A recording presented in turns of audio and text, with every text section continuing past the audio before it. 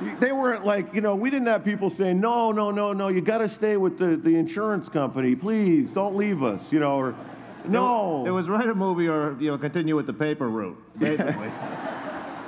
And we went off and we wrote a movie and we sold the script to somebody, and all of a sudden, you know, we're out in Hollywood. And that's how it goes. You have to listen, you know, at this point, life is just beginning. It's just beginning. Like, a lot of times, like in our case, it was really mid to late 20s before it occurred to us what we really wanted to do in life. And I implore you to think and listen to the inner voice that Stephen had mentioned up here. There's an inner voice. There shouldn't be too many of them, but there should be one.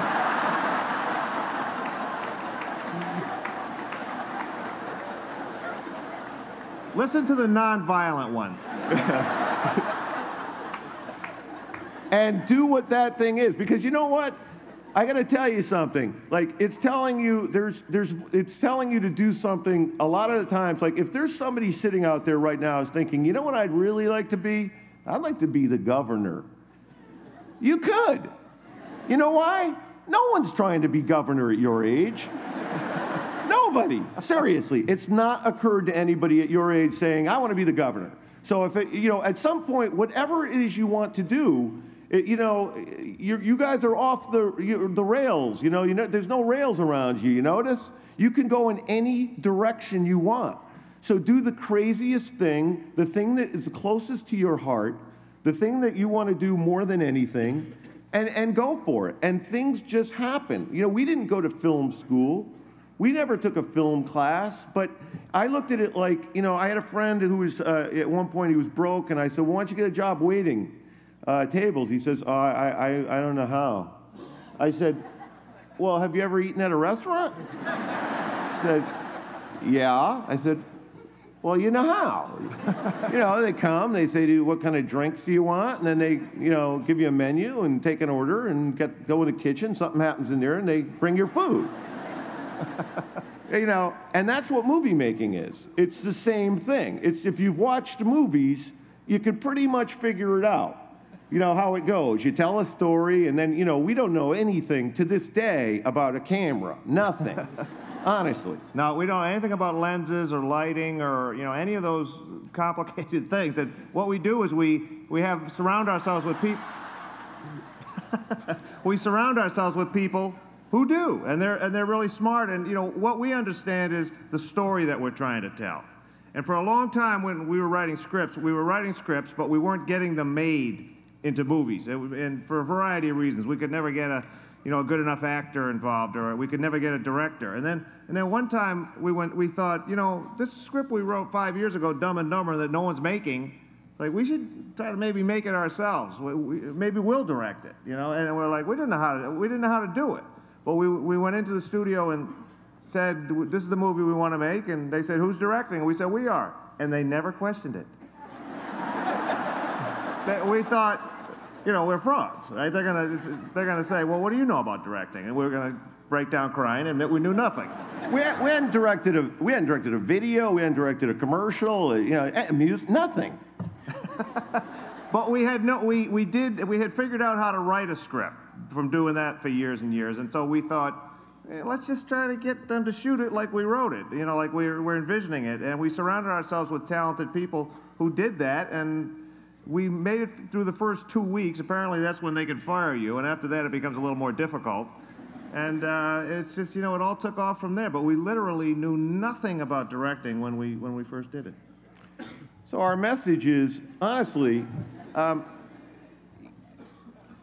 go for broke. You know, honestly. The thing that's in you, that when you drive around or you lie in bed at night, you think, boy, you know, that'd be nice to do that. Do that. Seriously, pursue that thing. And I'm telling you the truth. I don't care if you graduated with a 2.0, if you just woke up tomorrow and said, you know what, I just realized I want to be a surgeon.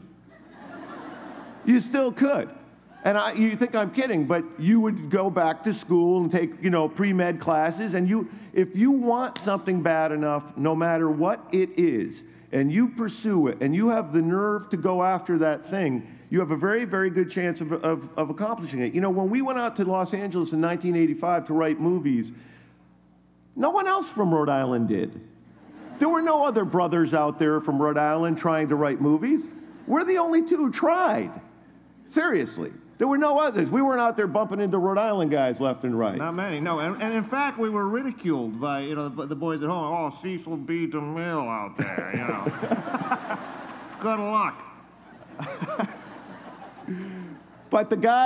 But we went out there, and we luckily had no, you know, we didn't have a safety net. There was nothing to come home to. And so we stuck it out, and it wasn't until 1994 that we got our first movie made, 9 years later. And, but during that time, and this is the other important thing, we had a ball. You know, we had a great time. And this is another thing. Now, you're walking into a couple years of much uncertainty. You don't know what's going to happen in your life, many of you. Where am I going to do? Where am I going to end up? What am I going to become? Well, you know what? If you keep your mind open and you listen to your heart and you go for it, you're going to find the right thing. If you're true to yourself, if you're not afraid of what that voice is saying and you go for it, you will find it. And you must remember this. Enjoy yourself. You guys are young. You know, you're young. You're 21, 22, 23. Man, that is the best. That is the best time. Enjoy life. Have fun. Choose to be happy now. Don't wait until you're quote-unquote successful, because honestly, I was as happy when we were unemployed and scrounging around for a buck as we are like now standing here as multi-millionaires. I'm happier now, you know. But he's right, a lot of you guys aren't even on Prozac yet. I mean, you have the world by the tail. Take advantage of it.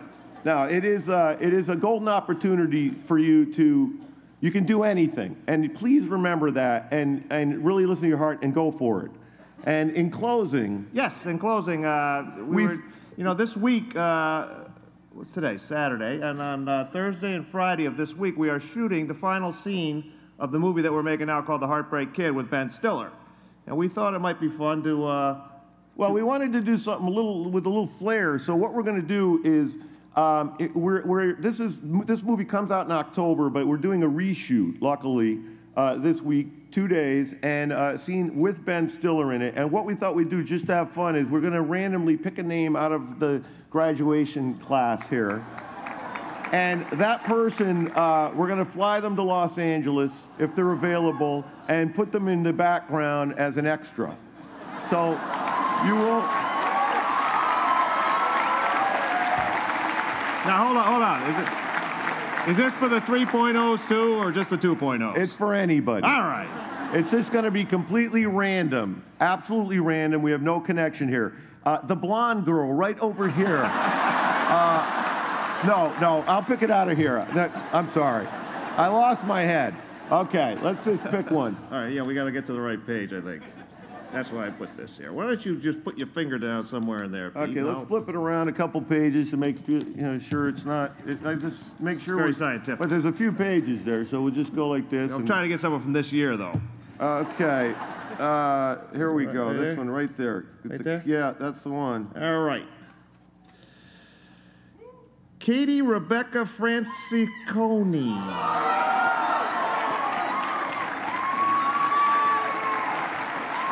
Katie. It is that blonde.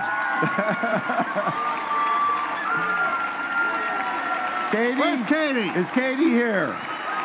Katie! Katie, come up here. All right. Let's get Katie up here.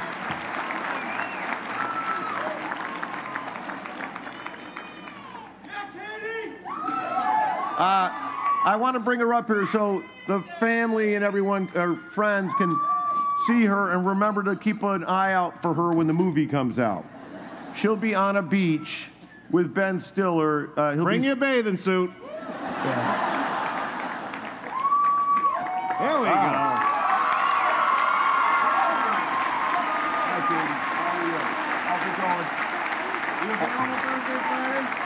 And she just freed up the schedule. She is available Thursday and Friday.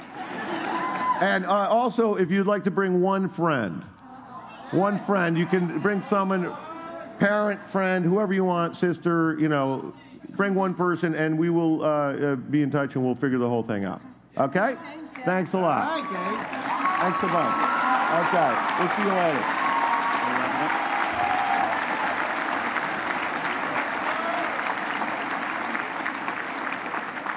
So that said...